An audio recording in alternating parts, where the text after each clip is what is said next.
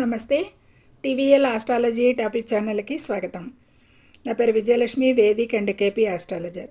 ఈ షార్ట్ వీడియోలో డిసెంబర్ మాస గోచార ఫలితాలు మిథున రాశి వారికి చూద్దాము. మిథున రాశి వారికి ద్వితీయంలో గురువు 2 వరకు సంచరించి తర్వాత రాశిలోకి చేరటం జరుగుతుంది.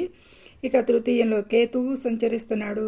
ఇక ఈ మిథున రాశి వారికి 6-7 భావాల్లో కుజుడు, రవి, బుధ, శుక్రులు రాశి పరివర్తనలు చెందుతూ ఉంటారు. 6-7 భావాల్లో ఎక్కువగా ఈ మాసంలో ఈ గ్రహాలు మారుతూ ఎక్కువగా ఉంటాయి కాబట్టి ఫలితాలు ఎక్కువగా హెచ్చుతగ్గుల్లో ఉంటాయి అనేది, మిశ్రమంగా ఉంటాయి అని సూచించవచ్చు. ఈ మిథున రాశి వారికి 9లో రాహు సంచారం అనుకూలంగా లేదు, 10లో శని కూడా అనుకూలంగా లేడు అనేది చెప్పవచ్చు. అయితే ఇక వివరాల్లోకి వెళ్తే కనుక ఆరోగ్యం పట్ల అయితే శ్రద్ధ అవసరం. ఈ మాసంలో వీరికి చిన్నపాటి అనారోగ్య సమస్యలు సూచిస్తున్నాయి. ఈ మాసంలో ఇబ్బంది పెడతాయి.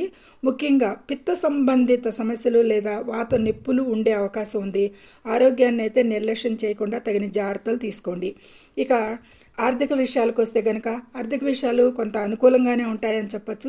డబ్బు సంపాదించడానికి అవకాశాలు లభిస్తాయి. ఊహించిన ఖర్చులు అయితే అవి కూడా ఇబ్బంది పెడతాయి. నిర్ణయాలు తీసుకునేటప్పుడు జాగ్రత్తగా ఆచితూచి వ్యవహరించండి. ఇక విద్యార్థులకి పరీక్షల్లో ఉత్తీర్ణత సాధిస్తారు. మంచి ఫలితాలే ఉంటాయి. ఇక వ్యాపార విషయాలకు వస్తే కనుక లాభదాయకమైన నెల అని చెప్పచ్చు. వీరికి కొత్త అగ్రిమెంట్స్, కొత్త ఒప్పందాలు కుదుర్చుకునే అవకాశం ఉంది. కొత్త వ్యాపార ప్రయత్నాలు, లాభాలు వస్తాయి అనేది సూచిస్తుంది. ఇక ఉద్యోగస్తులకి అనుకూలమైన ఫలితాలు ఉంటాయి అని చెప్పచ్చు. ఇక ఉద్యోగంలో శుభ పరిణామాలు, ప్రమోషన్లు, కొత్త ప్రాజెక్టులపై పనిచేయడాలు ఇవన్నిటికీ కూడా ఉద్యోగస్తులకి శుభకరంగా ఉంటుంది ఈ మిథున రాశి వారికి. ఇక ప్రయాణాల విషయాలకు వస్తే కనుక దూర ప్రయాణాలు చేసే అవకాశం ఉంటుంది. జాగ్రత్తగా ఉండాలి ప్రయాణాల్లో అనేది సూచిస్తుంది. పెద్ద ప్రమాదాలకు సంబంధించి ఎక్కువగా సూచనలు లేకున్నా కానీ సాధారణ జాగ్రత్తలు అయితే పాటించాల్సి ఉంటుంది ఈ మాసంలో. ఇక లాంగ్ స్టాండింగ్ పెట్టుబడులు కానీ, ముఖ్యంగా స్థిరాస్తులకు సంబంధించిన పెట్టుబడులు కానీ ఆలోచించి నిర్ణయం చేయాల్సి ఉంటుంది. సంబంధాలలో కొద్దిపాటి వివాదాలు, చిన్నపాటి గొడవలు ఏర్పడే అవకాశం ఉంది. శుభవార్తలు అయితే వింటారు. గృహంలో సంబంధాలలో సామరస్యాన్ని కొనసాగించడానికి ప్రయత్నించండి.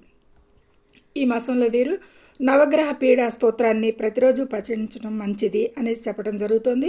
ప్రతి బుధవారం, శుక్రవారం మరియు శనివారాలలో పూజలు చేయడం లేదా ఆలయాలను సందర్శించడం అదృష్టాన్ని పెంచుతుంది అనేది సూచించడం జరుగుతుంది.